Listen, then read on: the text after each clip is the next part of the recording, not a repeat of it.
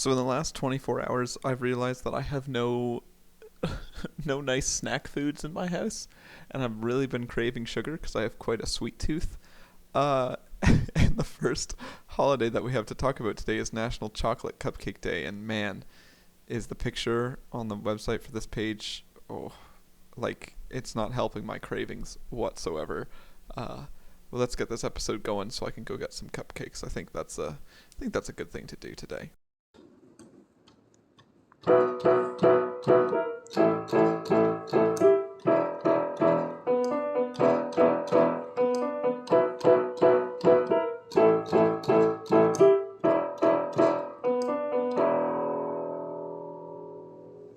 Hello and welcome to the 19th episode of the National Holidays Podcast. I am your host, Noah Mandow, and here over the last 19 episodes, we've seen quite a few different food holidays involving like pasta, it was like sausage on pizza day or something like that, and even just an overall umbrella, just dessert day.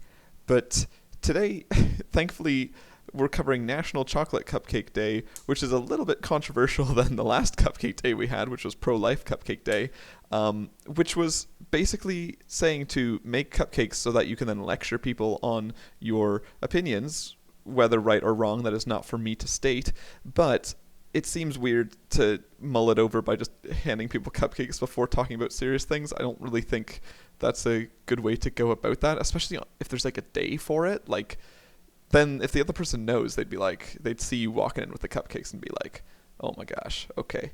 But with that in mind, I guess that means that National Chocolate Cupcake Day is a day to lecture people on chocolate, which, I mean, hey, that could be some controversial too. Probably not as controversial, but white chocolate, dark chocolate, milk chocolate, people seem to get into a real huff about which one's the best. All I'll say is that white chocolate can't be the best chocolate because there's not really chocolate in white chocolate. That's a hot take. It's a day where office break rooms everywhere fill with a special kind of joy only brought by chocolate cupcakes. They were born out of a 1796 cookbook called American Cookery and have since grown into a worldwide craze and dessert staple. So let's appreciate all there is about deliciously chocolate cupcakes and the happiness they bring to everyone who enjoys them. Yeah, see, that's kind of a weird... The happiness they bring to everyone who enjoys them. So it's saying, like, let's celebrate the fact that the people who like these like these. It's, what is that? It's not irony. It's just, like, unnecessary or, like, obvious. I don't know. There's a word for that. Where it's just talking about things that are very clear. Like, yeah, I don't know. I'm rambling too much on this point of a word I can't remember. So we'll go on to the fact that in 1828, Eliza Leslie coins the term cupcake in her cookbook Receipts. 1796, American Cookery, that's the one mentioned previously by Amelia Simmons, is published with the first recorded recipe for a cake to be baked in small cups. So then it didn't get the name till about 32 years later. 2008, Sex and the City features Magnolia Bakery in Manhattan, sparking a mid-2000s cupcakes trend. And in 2012, Sprinkles opened up the first ever cupcake ATM in Beverly Hills, giving Angelinos what they need most: chocolate cupcakes on demand. Cool. It's also Healthcare Aid Day, which was first created by the government of Manitoba, Canada, to honor healthcare aides. Since these talented professionals work around the clock and in a variety of situations, they are ever-present caregivers for the sickest and neediest portions of the population. There were over 8,000 healthcare aides in Manitoba, but that number has grown much larger in recent years. In any public healthcare system, healthcare aides are indispensable. In 1909, the first home health insurance policy is issued by Metropolitan Life. This gives way to a high demand for home health nursing services, especially over the next 15 years. In 1982, Congress's Tax Equity and Fiscal Responsibility Act of 1982 includes a provision for a Medicare hospice benefit. And in 1999, the U.S. Postal Service introduces a commemorative stamp to honor hospice workers. Woohoo! That's how you know you're important, when you get a stamp made after you. Heck yeah. 5 interesting facts about healthcare aides. It's a fast-growing profession. It only costs $19 an hour. Home aid workers didn't have Social Security. Until the 1950s, home healthcare aides did not have access to Social Security benefits, even though the Social Security Act was passed by Congress in 1935. With their extremely low pay and long hours, around 40% of home healthcare aides rely on Medicaid, food stamps, or other government-run public assistance programs. And while in 2001 only 6,861 home healthcare agencies were in the United States, that were in the United States were Medicare certified, this number has ballooned to around 15,000. So from about 7,000 to 15,000. So then we have a weird one, which is National No Beard Day, which is happening on October 18th. So I guess like Movember is happening in like a couple weeks. But I guess they want you to shave on this day because then something will grow back by then so that you can buy more razors to shave for November 1st, right? Isn't that it? It's all like a shaving scam, really. Even though it's supposed to be for like prostate cancer, it's really like just a scam to get people to buy razors. I don't know. 4th century BCE, Alexander the Great makes his troops shave their beards so that enemies couldn't grab onto them during battle. Interesting. 1860, an 11-year-old girl wrote to Abraham Lincoln when he was running for president saying she would get her brothers to vote for him if he grew a beard because she thought it would look better on his thin face, and history was made. Wow. So many interesting facts about beards that I've never known.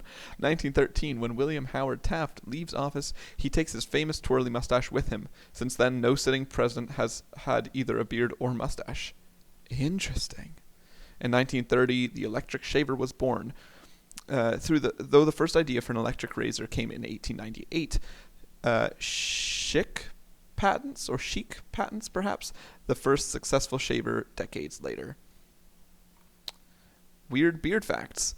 Pogonophobia is a real thing, which means anyone who suffers from a fear of beards is freaked out by the mere sight of one. If you want to get on the Forbes list, it's time to start shaving. 98% of Americans' richest men don't have beards. Interesting. The same chemical, dihydrotestosterone, promotes both beard growth and balding. One theory postulates that having a beard contributes to baldness due to the body's increased thermoregulation effort. Ooh, big words today on the podcast. Number 4, both Peter the Great and the state of New Jersey tried to cash in on facial hair in the past. Interesting. And 5, beards are like Velcro, trapping food and bacteria inside them. Let's all admit it, the thought of leftovers and viruses lurking in facial hair is a total turnoff. Speaking of, the picture for the thumbnail that I have here was actually from an article titled Why Men with Beards Are More Likely to Cheat on Their Partners or something like that. So that's weird. If you just type in like men with beards, then I think you can find it. I don't know what that's all about though. I'd be curious to read that, but perhaps that's not a thing for this podcast. Just seems a little bizarre. Moving along to what'll be the last one for today. So we're actually going at quite a quick pace. Well, there's only been like four holidays today. Is World Menopause Day, which is observed on October 18th every year to raise awareness about the impact the condition has on the lives of women around the world. Despite affecting about half of the world's population, menopause isn't talked about as much as it should be. Observing the day is also an opportunity to encourage further medical research on the condition. In 1978, the IMS is established by Rodney Baber during the Second International Congress on Menopause in Jerusalem. IMS stands for International Menopause Society. 1984, the World Menopause Day is chosen to be October 18th to raise awareness and support women undergoing menopause. And 1989, fully self-funded, the North American Menopause Society, dedicated to understanding menopause, is established. And in 2020, so only last year, the IMS decides that since local societies couldn't easily organize awareness-related activities on one day, the whole month would be dedicated to spreading awareness about menopause. So yes, I do believe that was mentioned on... when was that? Last Wednesday? Last Thursday, perhaps? Wow, well, not last, as in like just a few days ago. So hold on, maybe that was like a whole week ago then that I read through all of the things about the month of October, because I do recall this being on there. 5 important facts about menopause you should know. Women can experience menopause before the age of 40. Menopause can increase the risk of diseases.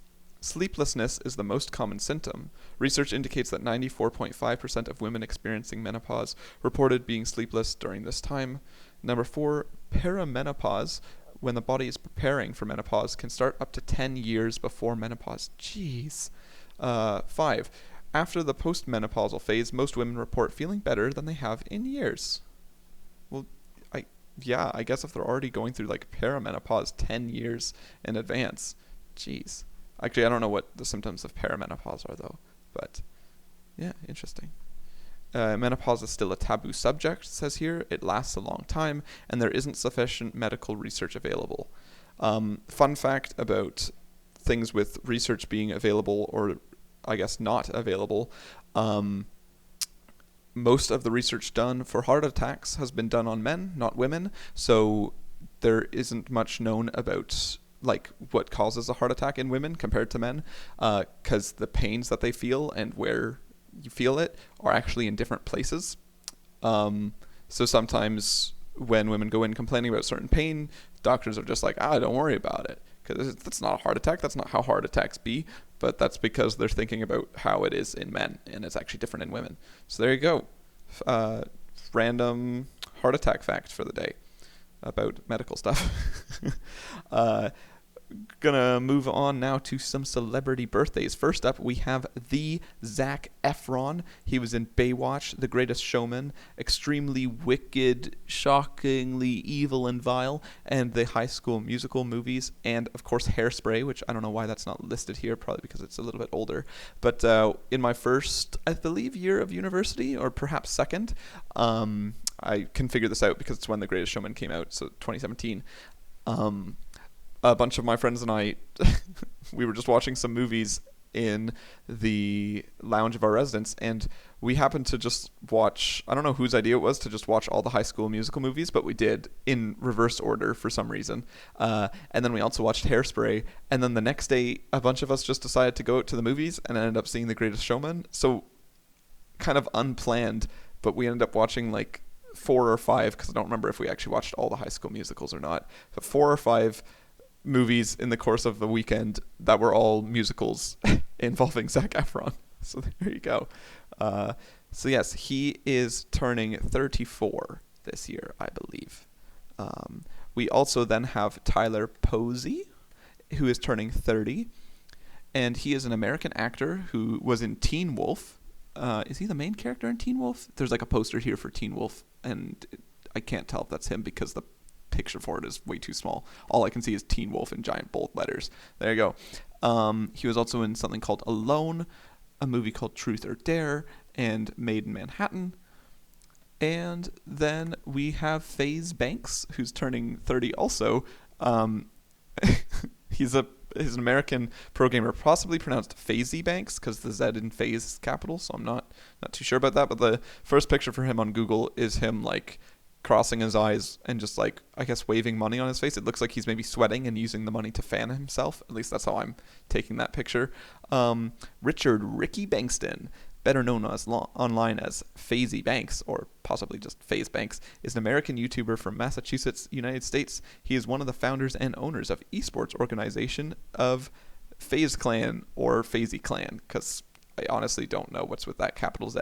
Then we have Shanae Grobler, turning 21. She apparently is a lip sync content creator on TikTok who also posts comedy and videos about the latest trends. She reached the 100,000 fan milestone in October of 2018. Okay, so that's 3 years ago, so I imagine she has more now. But that's what this article says. That's all I got. And then we have Bad Kid Bam, turning 16, who is an American social media influencer. Bad Kid Bam is one of the members of the aspiring rap group, as well as a comedic entertainment crew known as the Bad Kids. There you go. What is Bam real name? Brandon Cole Bam Margera. There we go. An American skateboarder, stunt performer, television personality, and filmmaker. Wait, hold on. Are these the same? Are these the same people then? I guess so. I imagine so. Yeah, Bam Margera also. Yeah, okay, there we go. Just making sure that I'm not cutting between two BAMs here. There we go. We got it. All right, so for random Wikipedia stuff of the day, back in the year 320, a very, very old year, Pappus of Alexandria, Greek philosopher, observes an eclipse of the sun and writes a commentary on the great astronomer. Wait, isn't that the eclipse that you're not supposed to look at, or else you could go blind? I guess it says he wrote a commentary. He didn't have to read it, so that's fine. 1599, Michael the Brave, Prince of Wallachia, defeats the army of Andrew Bathari in the Battle of Selimber, leading to the first recorded unification of the Romanian people. And in 2019, NASA astronauts Jessica Meyer and Christina Koch take part in the first all-female spacewalk when they venture out of the International Space Station to replace a power controller. So for our random Wikipedia birth of this day, in 1804, Mongkut, the Thai king who passed away in 1868, was born. In 1836, Vajrayana arrived at Wat Boanawet in what is now Bangkok's Central District, but was then the city proper and became the Wat's first abbot.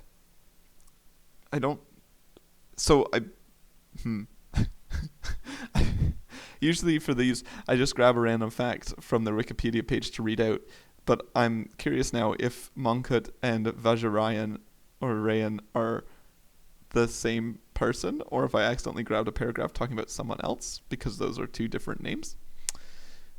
And yeah, guess we're just gonna leave it at that. That's part of the jokes of this podcast, is that I don't know what I'm talking about half the time. I'm just here to inform you of what day it is, and so if I grab random stuff off Wikipedia, well, I mean, now you know that in 1836 Vajrayana arrived at Wat Barawanaewet in what is now Bangkok's Central District, but was then the city proper and became the Wat's first abbot. So now we both learned something new, whether or not that has to do with Mongkut or not. What fun. All right, well, we're gonna leave it as that for today. So stay safe, stay clean shaven, I guess, and you'll be hearing back from me tomorrow.